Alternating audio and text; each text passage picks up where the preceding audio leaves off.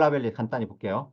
모렐라벨리는 스킨의 파샤와 이제 서큐, 팻 사이에 이제 층이 발생하면서 이렇게 되는 거 다 알고 계시죠? 인터널 픽세이션을 한다고 하면 반드시 치료해야 되고, 뭐, 잘 안 낫는 걸로 알려져 있죠? 55세 남자 환자 오픈 프랙처로 이렇게 다쳤는데, 여기 서큐 티슈에 약간의 멍든 거 이외에 특별한 게 없었는데, 익스픽스하고 펠빅 링 안쪽에 뭐 이렇게 하고 버텼는데, 나중에 펠빅 픽세이션 하고 나니까 공간이 생기고 인펙션이 생겼어요. 일주 뒤에 2주가 돼버린 거확 생기면서 공간이 생겼죠. 그러니까 이제 수술할 때도 공간이 있다 없다 생각하면서 무시하고 수술하니까 이렇게 인펙션이 생기는 경우. 그래서 이런 안 좋은 결과가 생겼죠. 뒤쪽으로 연장되다 보니까 이게 수술하면서 여기가 이제 뚫려버린 거예요. 그걸 몰랐죠. 공간이 확장되면서. 그래서 콜로스토미 빼고 치료했던 과력 있는 환자고 28세 여자 환자 이렇게 다치고 나니까 뒤에 이렇게 생겼는데 옆구리 쪽으로 이렇게 올라와서 간과했는데 바인더를 해놓은 상태에서 몰랐는데 나중에 이게 이제 항문 쪽 옆에 이렇게 터진 상처까지 있어요. 그러니까 펠빅 프랙처에서는 항문 쪽하고 연결되는 문제가 몰레알벨리에 생길 수 있으니까 항상 관찰을 해야 된다. 57세 남자 환자고 TA고 완전히 벌어졌고 펠빅 디스탈 디스탈 피머 프랙처까지 생겼는데 픽세이션하고 했고 얘는 오픈 프랙처나 익스픽스 했는데 싹 죽었고 여기도 이제 뒤쪽에 죽었어요. 여기. 하고 나니까 줄줄줄줄 구멍으로 나오고 이쪽이 메디알이고 이쪽이 라테랄이에요. 스킨은 다 죽었고 이렇게 손이 들어가는 공간이 펠빅 위에까지 생겼죠. 그리고 부분적으로 나눠가지고 베쿰으로 버티고 요 공간은 요걸로 채우고 이렇게 해서 겨우겨우 낫게 했었던 케이스가 있었어요. 언제든지 생길 수 있으니까 감시 의심 주의를 항상 해야 되고 오픈 운두는 반드시 인펙션이 연결된다. 드레인 오래 누워도 인펙션이 연결된다. 스킨 네크로시스가 발생할 위험이 높다. 네가티브 프레셔 베큐움이 도움이 된다. 조기 치료에라는 지금까지의 경과상으로 제 케이스에서는 그런 게 좀 보이죠. 이거에 대한 내용들이 리뷰나 뭐 이런 것들이 그렇게 많지가 않아요.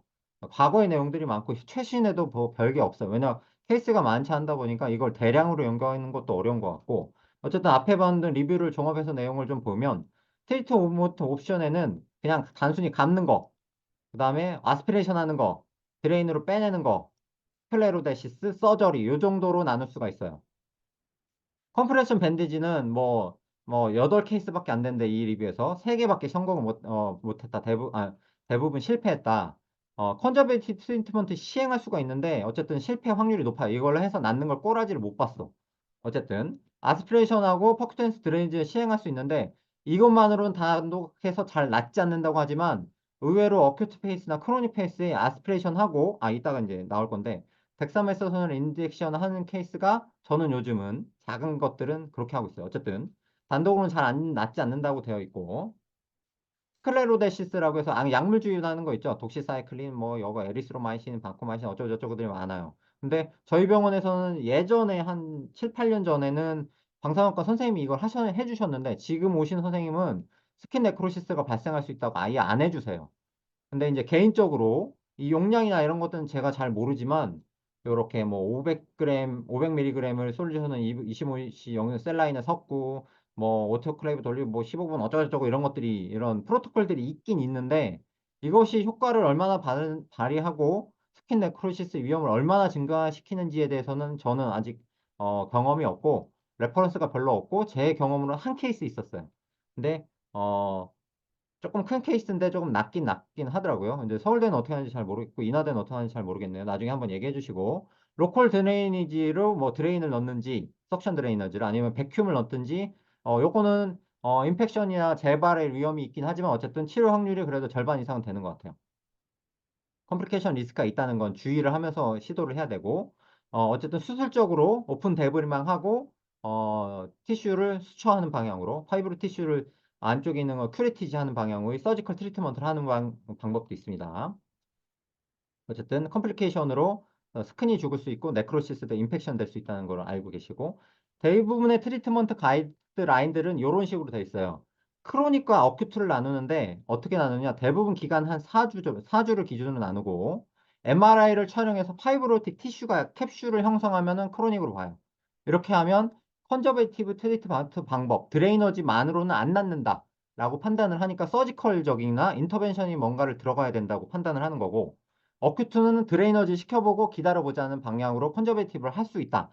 의 큰 틀로 가는 거예요. 그런데 어큐트 중에서도 어쨌든 스클레로데시스를 할 수도 있고 밴디지, 드레이너지, 밴데지를 할 수 있다. 크로닉으로 가면 사이즈가 크면은 오픈 드레이너지, 그러니까 서지컬 트리트먼트를 하라는 거죠. 퀼팅 수처를 하고 작으면 스클레로데시스를 해라.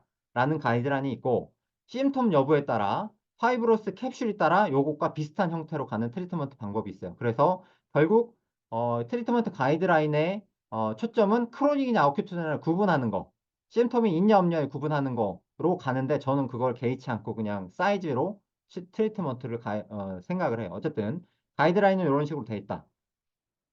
퍼큐테니스 드레이니지로 이렇게 여러 개 구멍 뚫어서 낫게 했다는 보고도 있고요. 그 다음에 스컵으로 구멍 뚫어가지고 안쪽에 파이브로스 티슈를 제거하고 드레이너를 시키고 낫게 했다고는 보고도 있어요. 그리고 요거 같은 경우는 오픈 데브리망으로 싹 다 잘라내고 플랩을 돌리고 해서 낫게 했다는 보고도 있고 그 다음에 요거 같은 경우에는 스커브로 제거하고 백큐음을 걸은 거죠. 이렇게 낫게 했다는 것도 있고 퀼팅 수처라고 하는 거는 이렇게 공간의 안쪽에 데브리를 치고 이렇게 꼬매고 파샤층이나 꼬매고 이렇게 눌러주는 거 방법이 있고 근데 저는 요거는 이게 이렇게 된 텐팅 위로 텐팅 되잖아요. 근데 조직이 이렇게 되지 않고 이렇게 돼요 사실은.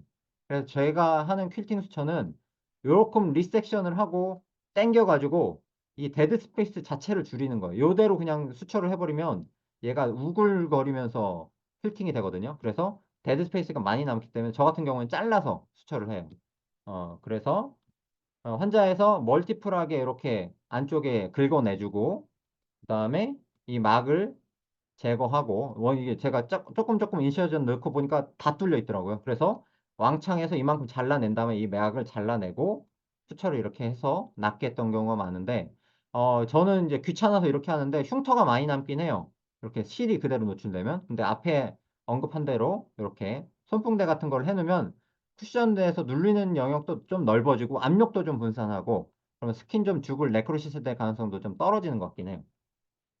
그다음에 모렐라빌리가 뒤에 이렇게 많이 형성돼서 이렇게 클 때 수청하고 저거는 요 하나 집어넣고 여러 개 타일을 해서 모스키토로 물어놓은 다음에 해모박이 물린지 확인을 하고 타일을 하고 얘를 하나 집어넣으면 그래서 이 양이 해모박 양이 많이 주는지 급격하게 줄거든요. 10 이하로 그러면 치료가 잘 되는 거라고 판단해서 이렇게 절제해내고 한 경우가 있어요. 근데 이렇게 한 경우에 너무 많이 하면 스킨이 살짝 죽거든요. 그럼에도 불구하고 얘를 제거하고 나니까 안쪽에 공간이 없더라고요. 그래서 치료가 요거 당겨서 꼬매면 되니까 이런 경험이 있어요. 47세 여자 환자인데 니 주변에 모렐라빌레가 이렇게 생겼어요. 근데 계속 아스피레이션 해서도 안 낫는 보니까 니 조인트에 연결된 경우도 있더라고요. 그러니까 이런 점을 나중에 조인트 근처에서 발견되면 MRI 같은 거 확인해서 소프티슈 인저리를 확인을 좀 해야 된다. 요즘에 저는 어떻게 하고 있냐면 아주 큰 사이즈의 모렐라벨리 입원하고 나서 입원 기간 중에 발견되는 모렐라벨리는 서지컬로 가요. 저는 기간에 관계없이. 그건 워낙 사이즈가 크니까 조기에 발견되고 그렇다고 하면 사이즈가 크니까 이거는 어떤 방법으로 잘 안 나니까 서지컬로 할 수밖에 아까 크로닉 가이드라인 보면 양이 많으면 서지컬로 가잖아요. 그래서 저는 그렇게 하고 있고 입원 기간에 발견된 작은 사이즈는 어떻게 하냐면 아스피레이션을 먼저 해요. 작은 사이즈는. 그러면서 여기에 덱사 5mg 요거 한 애플씩을 인젝션을 하면서 일주일마다 봐요. 그래서 양이 조금 차츰차츰 줄어들면 2주마다 보고 3주마다 보고 4주마다 보면서 덱사 인젝션 하면서 그렇게 봐요. 그러면 웰에서 잘 낫더라고요. 그래서 저 같은 경우는 요거를 덱사 5mg을 재활의학에서 하는 걸 보고 용량이나 이런 거 듣지 못했지만 따라 해보니까 잘 낫더라고요. 그래서 빅사이즈 시비어 트라우마 환자에서 수술하고 동반된 경우에는 수술적으로 같이 치료를 하는 방향으로 좀 가고 입원 기간이라도 작든지 시기에 관계없이 크로닉이라도 웰에서 발견되면 작고 아스피레이션 하게 되면 사이즈가 줄어든 경우가 많아서 저는 덱사를 많이 사용하고 있어요. 그래서 결론적으로 이제까지 보고된 바에 의하면 확률 높은 정해진 치료 방법은 없어 보이고 크로니시티 여부에 따라 치료 방법을 결정해야 되고 크로닉이 있으면 서지컬로 갈 경우 또는 약물을 사용한 스클레로데시스 쪽으로 가야 되는 경우가 많다. 수술은 어쨌든 제가 경험하기에 확실하게 없앨 수 있는 방법이고 리세션 후 퀼팅 수처를 해야 되는 단점이 있어서 흉터 문제가 좀 되니까 환자한테 요거는 조금 설명하면서 접근해야 되고 요즘에 저는 대부분 어쨌든 사이즈가 그렇게 크지 않으면 아스피레이션을 일주일마다 반복하면서 외래에서 출시하면서 덱사를 하나씩 앰프씩 주입을 하고 있다. 대신 아스피레이션을 초음파로 보면서 싹 다 빼내고 거의 다 하나씩 인젝션 하고 있다. 라고 말씀드릴 수 있겠습니다.